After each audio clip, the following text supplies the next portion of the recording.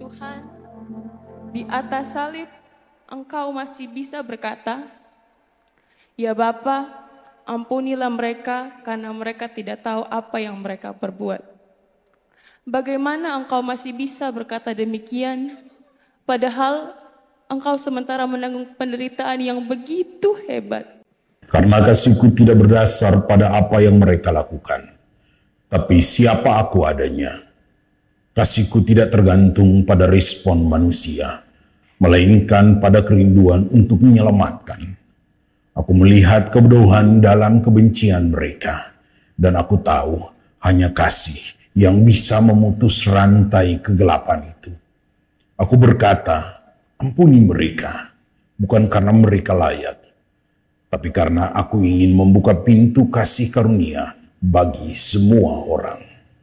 Tuhan, apakah Engkau juga bisa mengampuni aku yang seringkali menjauh darimu? Aku melihat setiap langkahmu yang menjauh, tapi Aku juga melihat setiap tetes air matamu di malam sunyi. Aku tidak menolakmu karena kegagalanmu. Aku justru menantimu pulang dengan tangan terbuka. Pengampunanku tidak didasarkan pada kesempurnaanmu, tapi pada darahku yang tercurah bagimu.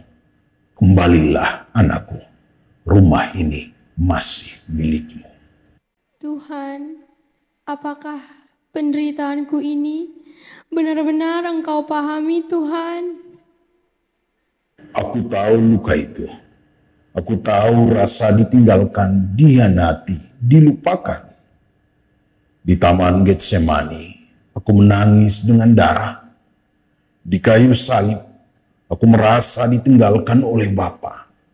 Jadi ketika Engkau menangis, aku tidak jauh. Aku lebih dekat dari yang Engkau bayangkan. Aku duduk bersamamu dalam penderitaanmu. Dan aku menangis bersamamu. Mengapa kasih-Mu tidak pernah menyerah atas diriku? Karena kasih-Ku tidak punya titik lelah. Aku mengenalmu sebelum engkau dilahirkan. Aku tahu semua yang engkau lakukan. Dan aku tetap memilih salib. Cintaku bukan seperti cinta dunia yang cepat berubah. Aku tetap berdiri di pintu hatimu, sekalipun engkau mengabaikanku. Aku tidak menyerah, karena engkau berharga di mataku. Tuhan, apakah semua dosa-dosaku benar-benar bisa dihapus? Darahku cukup, salibku cukup. Tidak ada dosa yang terlalu gelap bagi terang kasih-Ku. Tidak ada noda yang tidak bisa dibersihkan oleh kasih-Ku. Aku telah menanggung semuanya untuk membebaskanmu.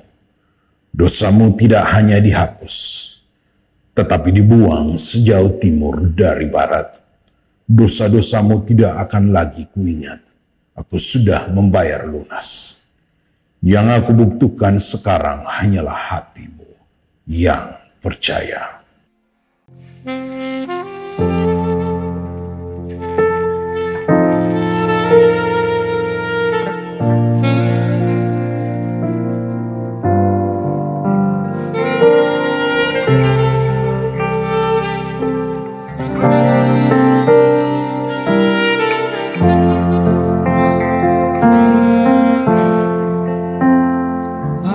Ada satu bukit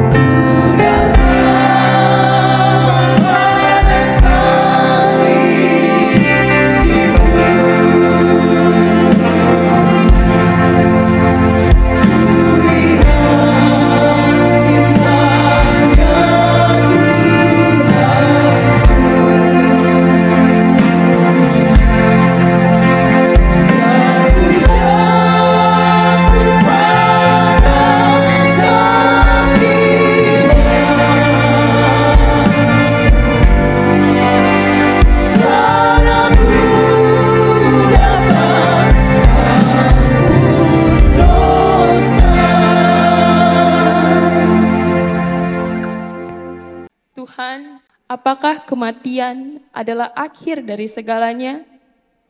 Tidak, kematian hanyalah pintu, bukan akhir. Aku telah masuk ke dalam maut dan keluar sebagai pemenang. Kubur tidak bisa menahanku.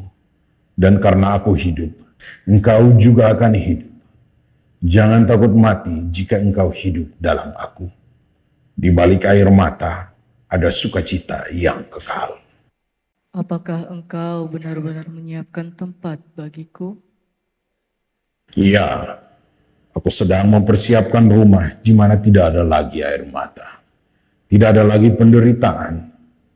Rumah itu bukan sekedar tempat, tapi pelukan abadi dari Bapa.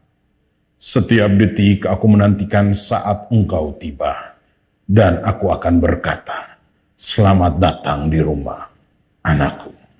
Apa yang Engkau inginkan dari hidupku sekarang ini, Tuhan? Aku ingin engkau hidup di dalam kasih yang telah engkau terima. Jangan hanya jadi penonton Injil, jadilah pelaku kasih. Dunia sedang terluka, dan aku mengutusmu menjadi pembawa kabar baik. Kasih yang kau terima tidak boleh berhenti padamu. Itu harus mengalir menembus kegelapan dunia. Apakah aku bisa menjadi alatmu meskipun aku tidak sempurna? Justru karena engkau lemah, aku bisa menunjukkan kekuatanku. Musa pernah takut, Daud pernah jatuh, Petrus pernah menyangkal, namun mereka aku pakai. Aku tidak mencari yang hebat, aku mencari yang bersedia. Jika engkau berkata, ini aku Tuhan, maka aku akan memakai hidupmu untuk menyentuh dunia. Tuhan, hari ini apa yang Engkau ingin aku lakukan? Bukalah hatimu, terimalah kasihku yang telah dicurahkan. Biarkan aku menyembuhkan lukamu, mengangkat bebanmu, dan menyalakan kembali harapan. Kemudian bangkitlah, bawalah kasih itu kepada keluargamu, sahabatmu, bahkan musuhmu. Itulah Injilku, itulah salibku. Sekarang, jadikan itu jalan hidup.